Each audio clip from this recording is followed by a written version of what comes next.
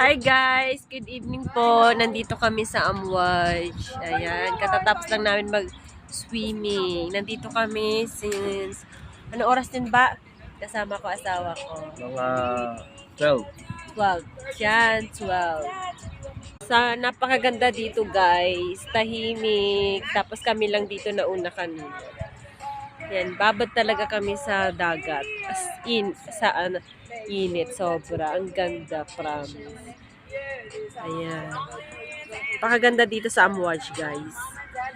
Ayan mga kasama ko. Ayan. So, since kami ng asawa ko ang naunang maligo dito, kami din ang unang nagbalnaw. Medyo inaantok na.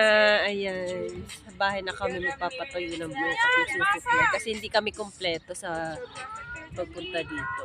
Mga pagkain lang inuna namin.